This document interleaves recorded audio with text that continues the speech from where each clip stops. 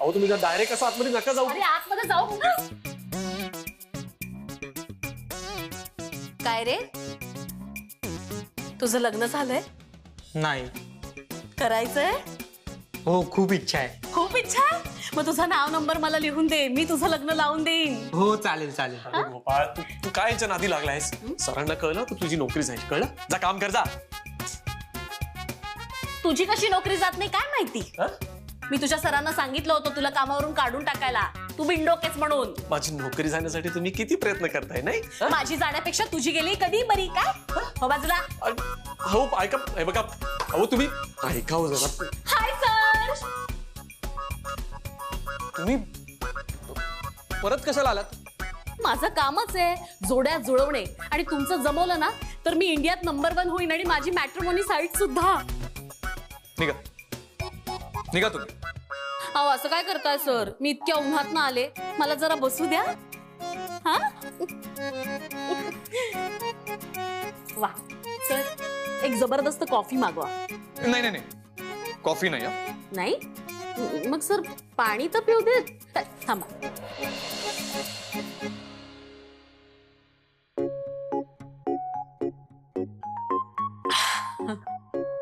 उन्हातून आले ना तर एकदम ते. सर तुम्ही उभे का, बसा ना.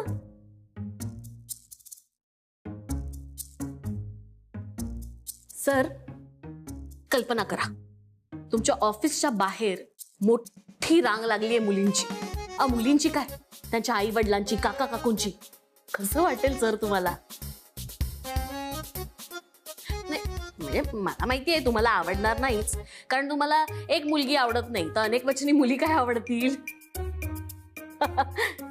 पण सर आमची अडचण झालीये ना, म्हणजे माझं ऑफिस ना तुमच्या या केबिन पेक्षा थोडं मोठं असेल, पण त्याच्या बाहेर रांग लागली हो मुलींची. आजूबाजूचे लोक कंप्लेन करायला लागले आहेत. हे अशी रांग लागते जसं काय ऑफिसवर मोर्चाच येतो की काय. सर तुम्ही ना एक दिवस बघून घ्या ना, म्हणजे सगळे म्हणतायत एकदा बघून रिजेक्ट करा चालेल आम्हाला, पण आम्ही परत सुद्धा येणार नाही. पण एकदा बघा सर, तुम्ही एकदा बघा. हा सर आता ह्याच्यात मी काय करू तुम्ही सांगा ना. एक तर तुमचा तो 36 गुणी अवॉर्ड शो तो केवढा हिट झाला सर. हा मुली वेड्या झाल्यात, धमक्या काय द्यायला लागल्यात. आता एखादीचं काही बरं वाईट झालं तर आपण काय करणार. सर तुमचा एक दिवस द्या ना, म्हणजे एका दिवसात एवढ्या मुली बघणं शक्य होणार नाही. आपण एक काम करूया, आपण एक आहे ना टीम करूया. हा म्हणजे पोस्टात जसं सॉर्टिंग करतात ना तशा तुम्ही सिलेक्टेड मुली बघा. कसं वाटतंय? कुठे यायचंय आता? कुठे म्हणजे माझ्या ऑफिसला. चला चला चला चला. वा सर वा. प्लीज. अय्या सर मी काय म्हणजे इकडे सर या बाईला आत्ताच्या आत्ता इथून घेऊन जा. आपली गाडी घे, ड्रायव्हर घे, 1 मिनिट, आणि हिला हिच्या ऑफिस पर्यंत सोड, कुठेही न थांबता. आणि जर तसं नाही केलंस ना तर त्या सगळ्या मुलींची मी तुझं लग्न लावून दे. कळलं? सर हा काय करताय, ह्याच्याशी कोण लग्न करणार. हा इतका बिंडोके मुली ढुंकून पण बघणार नाहीत. बाई बस झाला आता, तुम्ही निघा. अहो तर ना माझा बायोडेटा घ्या. हा ठीक आहे, माझी नोकरी जाईल. तुम्हाला समजत कसं नाही हो? ठीक आहे, पण मी परत येईन आणि ना सगळ्या मुलींना इथला पत्ता देईन. मग इथे रांगा लागतील, बघून घ्या काय करायचंय ते. अहो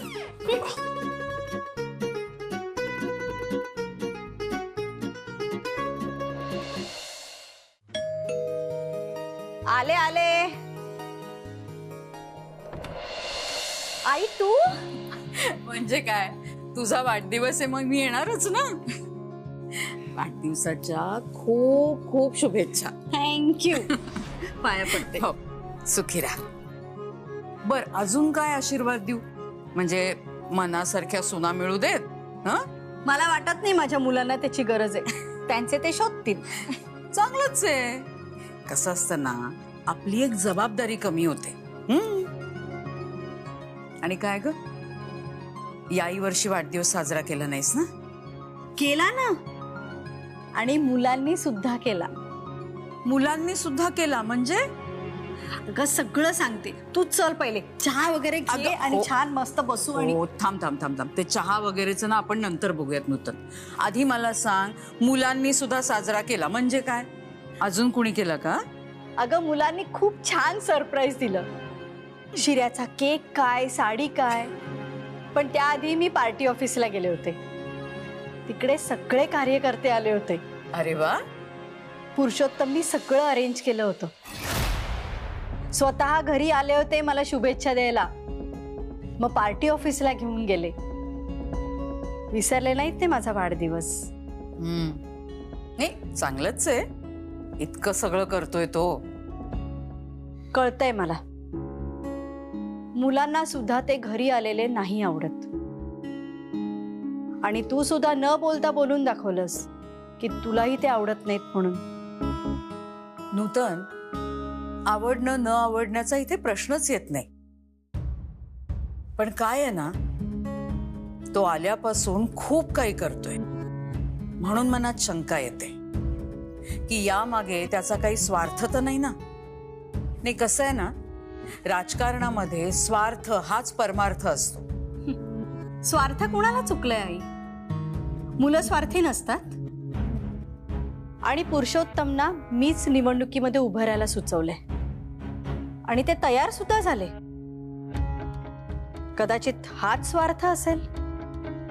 आणि माझाही स्वार्थ आहेच ना यामध्ये. हे गेल्यानंतर चांगल्या नेत्यांची फळीच राहिली नाही अगं पार्टीमध्ये. आणि पुरुषोत्तमनी ती जागा भरून काढली. आणि मी त्यांना ह्या सगळ्यासाठी पुढे करतेय कारण त्यांनी आपल्यासाठी आतापर्यंत जे काही केलंय त्याची थोडीशी परतफेड आहे माझ्याकडूनही. नाही चांगलं आहे ना. कसं आहे ना की तुझंही मन गुंतून राहील पार्टीच्या कामामध्ये. हे बघ नूतन, विश्वास ठेव पण लक्ष सुद्धा दे. कारण अतिविश्वास म्हणजे विश्वासघाताला आमंत्रण. राजकारणामध्ये जो खाली असतो ना तोच आपला असतो. एकदा का तो वर गेला ना की खालच्यांना बाजूला सारणं किंवा विसरणं हे ठरलेलंच आहे. कसं आहे की वर ना खूप कमी जागा असतात. जो इतरांचे दोर कापून वर जातो ना तोच यशस्वी होतो. काळजी करू नकोस आई, ते माझ्या पूर्ण विश्वासातलेत. निदान माझ्यापासून काही लपवत तरी नाहीत. इथंच उभं ठेवणार आहेस मला? चहा देणार आहेस ना? ए बघ बघ, चहामध्ये आलं जरा जास्त घालायला सांग. हो बाई चल.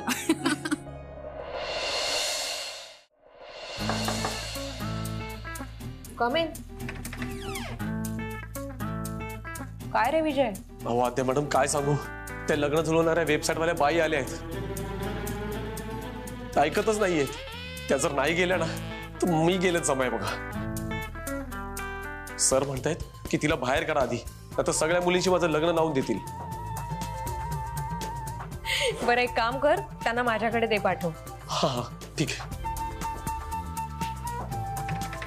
बहिणी खूप उत्सुकता आहे. सरांना त्रास देणारी ही बाई नेमकी कोण आहे ना हे मला बघायचंच. बघूयात.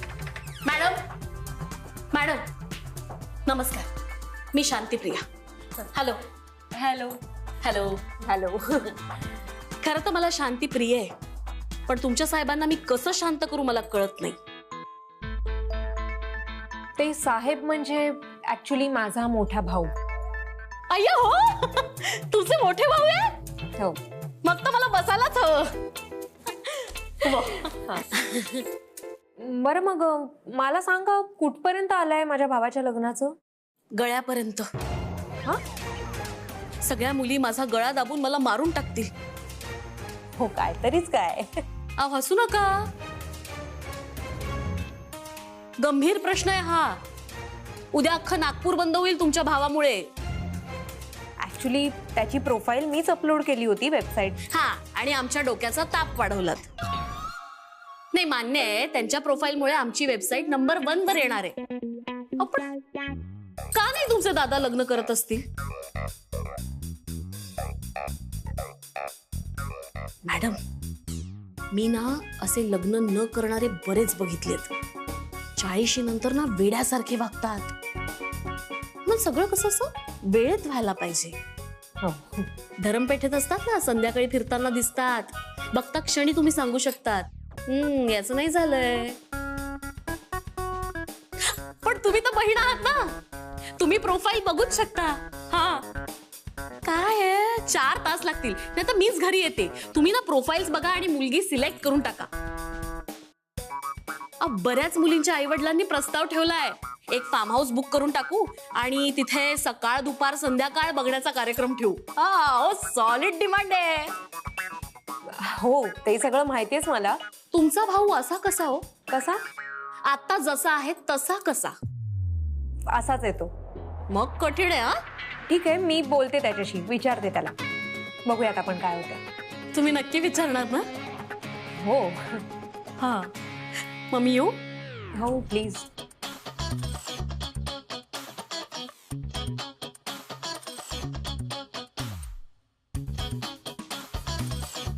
तुम्ही नक्की विचारणार ना? हो प्रश्नच नाही.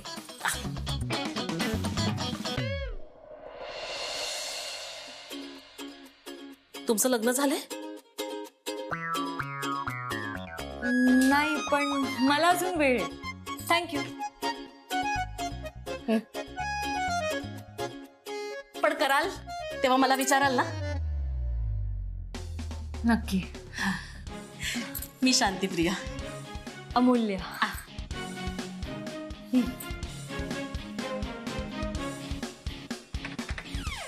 अगं वहिनी, काय ही बाई? वहिनी अगं ही बाई डेंजर आहे. तू ये ना, तुझ्या भावाचं लग्न लावूनच राहणार. हो मला पण तसंच वाटतंय.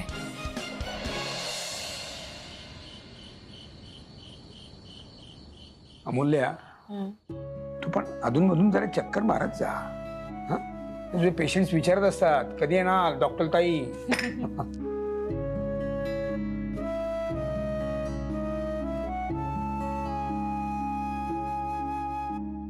हल्ली उकाडा खूप वाढलाय नाही. पाऊस एवढ्यात येईलच वाटत नाही. मग तो पाऊस केव्हा यायचा तू येऊ दे. तू क्लिनिकला चक्कर टाक लवकर. हो अण्णा, मी वेळ काढून नक्की आहे. सॉरी सॉरी सॉरी, जरा उशीर झाला आज यायला. काय शॉपिंगला वगैरे गेली होतीस काय? शॉपिंग नाही, विक्रांतला भेटले होते आज.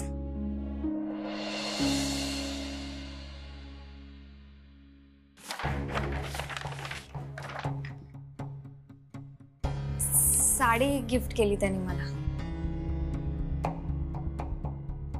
आई साडी बघ ना. बघू. छान आहे हा साडी.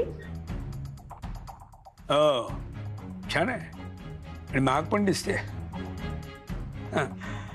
बर, विक्रांतने दिली तुला साडी? मग काही विशेष आहे का आज? नाही, ते विक्रांतच्या आईचा वाढदिवस होता ना, मग त्याला साडी गिफ्ट द्यायची होती, म्हणून मग त्यांनी मला मदत मागितली. मी त्याला 2 साड्या सिलेक्ट करून दिल्या आणि त्याने त्यातली एक आईला दिली, दुसरी मला. मस्त आहे साडी. तुझाच चॉईस आहे म्हणा. मला माहीतच नव्हतं की तो दुसरी साडी माझ्यासाठी घेतोय. मी नाही म्हणाले त्याला, पण तो ऐकायलाच तयार नव्हता. नाही, त्याने आग्रह केला ठीक आहे, पण तू घ्यायला नको होतीस असं मला वाटतं. हा, कारण म्हणजे आत्ताच त्याच्याकडनं अशी कुठली भेटवस्तू स्वीकारणं बरोबर नाही. पण मला सांग, एवढी महागडी साडी त्याने त्याच्या घरी सांगून तुला दिली असेल का? नाही ना. त्यामुळे तू नाही म्हणायला हवंस. नाही कशी म्हणेल ती? तिलाच भेटण्याची ओढ असते ना. आपण मुलींना स्वातंत्र्य दिलंय ना, त्याचा फायदा घेतायत ह्या. आई अगं, काय फायदा घेतला मी? तू सांग ना, मी परत करू का ही साडी? साडीविषयी मला काहीच बोलायचं नाही.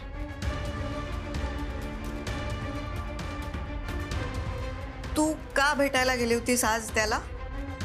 बोलवलं होतं त्याने. तो कधी कुठेही कसाही बोलवेल म्हणजे लगेच हो म्हणणार आहेस तू? स्वतःच असं काही डोकं आहे का नाहीच? आई अगं, अशी का चिडतीयस तू? हे बघ, आपलं ठरलं होतं ना की आपण एकमेकांपासून काहीच लपवायचं नाही. म्हणूनच मी तुला साडी दाखवली ना, आणि सांगितलं पण की मी भेटायला गेले होते. खोटं नाही बोलत आहे ना मी. अण्णा, तुम्ही तरी. एक मिनिट बाळा. आधी तुझ्या आईचं काय म्हणणं ते आपण ऐकून घेऊया. काहीतरी कारण असल्याशिवाय ते एवढे चिडणार नाहीत. हो, कारण आहेच आहेत माझ्याकडे. तुझ्यावर बंधनं घातली नाहीये म्हणजे स्वच्छंदीपणे वागण्याची परवानगी नाहीये तुला. आई अगं, मी असं काय केलंय मला कळतच नाही. तू सांग तरी. मी सांगतेय, आजपासून तू त्याला भेटायचं नाहीयेस. पण का? म्हणजे आज असं काय झालंय? सांगते.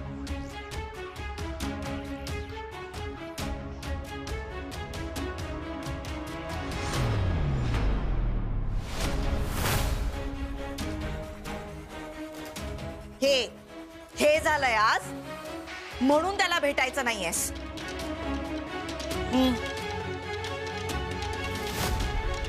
आणि हा फोटो मला कोणी पाठवलेला नाहीये. मी स्वतः काढलाय. हा असा फोटो रस्त्यात कोणीही काढू शकतं. आणि तुमच्या त्या सोशल मीडियावर टाकायला कितीसा वेळ लागतो ग? बदनामी कोणाची होणार आहे? तुझी, त्याची नाही. आरती अगं, लेक्चरर आहेस तू, अण्णांची लेक आहेस. समाजात आपलं एक स्थान आहे. असं रस्त्यात हातात हात घालून उभं राहणं शोभतंय का तुला? आई अगं, मी त्याला नाही म्हणाले होते, पण तेच म्हणते मी. तुझ्या नाहीला काडीची किंमत देत नाहीये तो मुलगा. लक्षात येतंय तुझ्या? आज ही महागडी साडी घेतली तुझ्यासाठी. रस्त्यात हातात हात घालून उभे होतात तुम्ही. उद्या आणखीन पुढे जाण्याची इच्छा होईल त्याची, मग सगळ्याला हो म्हणणार आहेस तू? तो श्रीमंत मुलगा आहे आरती, त्याला काहीच फरक पडत नाही. आपण मध्यमवर्गीय आहोत आणि आपल्याला फरक पडतो. समाजात आपल्याला जो मान मिळतो ना, तो अण्णांच्या कामामुळे, तुमच्या गुणांमुळे, पैशांमुळे नाही. आणि आज ही महागडी साडी त्यांनी घेतलीये. कशी?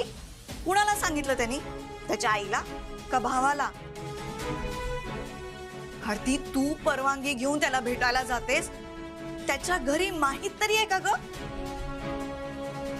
कधीतरी विचारलंयस तो परवानगी घेऊन येतो? तू का वाहवत जातेस आरती? अगं, तू पुन्हा पुन्हा त्याला भेटशील. रस्त्यात 10 लोक बघणार आहेत, चर्चा करणार आहेत. त्याला कोणीच बोलणार नाहीयेत, कारण ती मोठी माणसं आहेत. तुला दोषी ठरवणार आहेत, तुझं नाव खराब होणार आहे. आणि उद्याचा त्यांनी निर्णय बदललाच तर? त्याच्या आईने नवीन फरमान काढलं, नाही होऊ द्यायचं हे लग्न. मग मला चालणार नाहीये. या घरात तुम्हाला स्वातंत्र्य दिलंय, पण काही नियम आहेत ते पाळावेच लागतील. यापुढे त्याला भेटायला कुठेही जायचं नाहीये.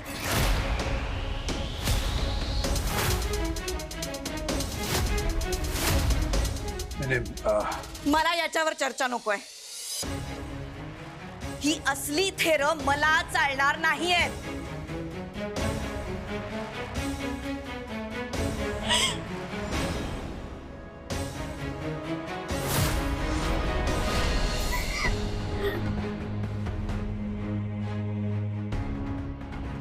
यापुढे त्याला भेटायला कुठेही जायचं नाहीये. ही असली थेरं मला चालणार नाहीयेत.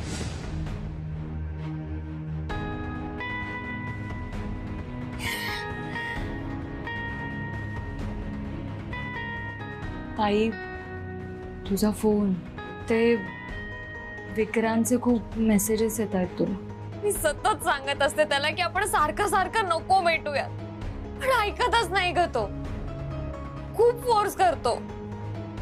आजच बघ ना, मी त्याला सांगितलं की नको हात धरू, कोणीतरी बघेल, आणि ऐकलंच नाही त्याने माझं. अगं त्याला नाही त्रास होणार या गोष्टीचा, आणि मुळात त्याला ही गोष्ट कळणारच नाही. किती बोलली ग मला आई, इतकी चुकीची वागले का मी? हे बघ ताई, काय चूक आहे काय बरोबर आहे हे मला नाही माहिती, पण तू मला सांग, आईचं काळजी करणं साहजिक नाहीये का? आणि तसं पाहिलं तर आई आणि अण्णा आपल्यावर कुठलंच बंधन नाही घालत ग. म्हणजे मीच चुकीचं वागले? असं कोणतं बंधन झुगारलं ग मी?